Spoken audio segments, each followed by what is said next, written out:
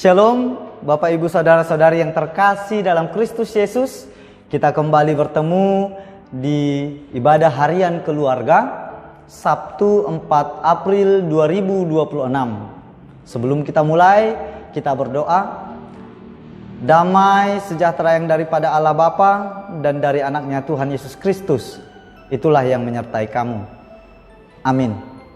Saudara-saudariku yang menjadi nats renungan untuk kita di pagi hari ini didasarkan kepada Yohanes pasal 8 ayatnya yang ke-12. Dikatakan di sana, maka Yesus berkata pula kepada orang banyak, katanya, "Akulah terang dunia, barang siapa mengikut aku, ia tidak akan berjalan dalam kegelapan, melainkan ia akan mempunyai terang hidup." Demikianlah firman Tuhan. Bapak Ibu saudara-saudari yang terkasih, mau atau tidak, kita harus mengakui zaman kini semakin mengerikan atau semakin gelap. Kejahatan moral antar manusia semakin menjadi-jadi. Banyak tempat umum seperti tempat berbelanja, halte bus, atau tempat kendaraan umum, bahkan jalanan yang sudah tidak aman lagi. Dan juga banyak tempat yang seharusnya menumbuhkan kemanusiaan seperti sekolah, rumah ibadah, atau perkantoran, justru di dalamnya terjadi kejahatan terhadap kemanusiaan. Berbagai berita tentang kejahatan yang dilakukan di antara pihak-pihak yang berhubungan keluarga seperti ayah kepada anak atau anak kepada orang tua yang membuat kita pedih. Gelapnya dunia saat ini menunjukkan bagaimana kita sangat bergantung kepada sumber terang yang abadi. Lantas, adakah sumber terang yang abadi itu? Saudaraku, Yesus adalah terang dunia. Klaimnya itu dahsyat.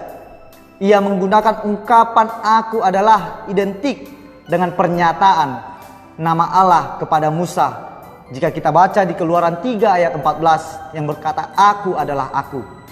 Dengan menyebut dirinya "aku adalah", para pendengar Yahudi dapat menyimpulkan bahwa Yesus sedang mengklaim dirinya identik dengan yang dibicarakan dan yang berbicara kepada Musa. Penggunaan terang muncul dalam pujian nubuatan mesianis Daniel. Sifat terang Allah yang maha tahu, kudus, menyingkap segala yang tersembunyi, yang melihat secara jelas apa yang akan terjadi, yang olehnya kehidupan boleh berlangsung, ada pada Ia yang diurapi, yaitu Sang Mesias. Klaim Yesus jelas, pelepasan, pembaruan, dan pengharapan zaman baru seperti yang Yahweh janjikan melalui Mesias digenapi olehnya. Saudara-saudari yang terkasih, Yesuslah yang diperlukan dunia gelap saat ini. Ia datang untuk mengampuni, Ia datang untuk membaharui hidup seperti yang Ia nyatakan kepada perempuan yang berzina itu. Ia juga sanggup menerangi jalan hidup setiap orang yang mengikut Dia. Meski pasti akan ada banyak orang yang meragukan, akan ada banyak orang yang menolak. Sebagai orang percaya, kita harus meyakini bahwa hanya Dia, hanya Yesus saja yang dapat menerangi kegelapan dunia ini dan juga membawa kita melihat terang yang ilahi. Amin, kita berdoa. Terima kasih Tuhan untuk hari ini. Kami masih merasakan penyertaan-Mu di dalam kehidupan kami. Engkau menganugerahkan kepada kami satu hari yang akan kami lalui di hari ini. Karena itu ya Tuhan, kami serahkan kehidupan kami ke dalam tangan pengasihan-Mu.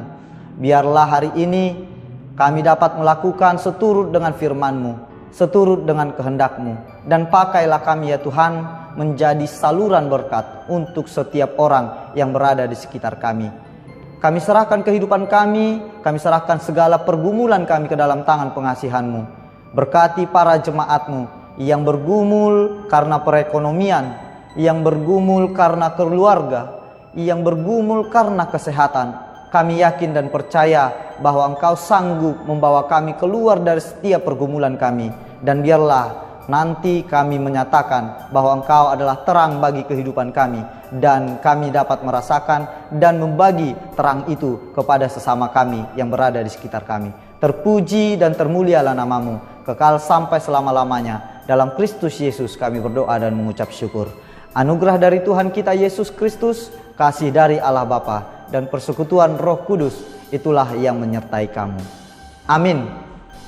Shalom untuk kita semua, selamat beraktivitas, selamat berakhir pekan untuk hari ini Bapak Ibu Saudara-saudari. Dan jangan lupa persiapkan dirimu esok untuk mengikuti ibadah Paskah yang pertama. Horas!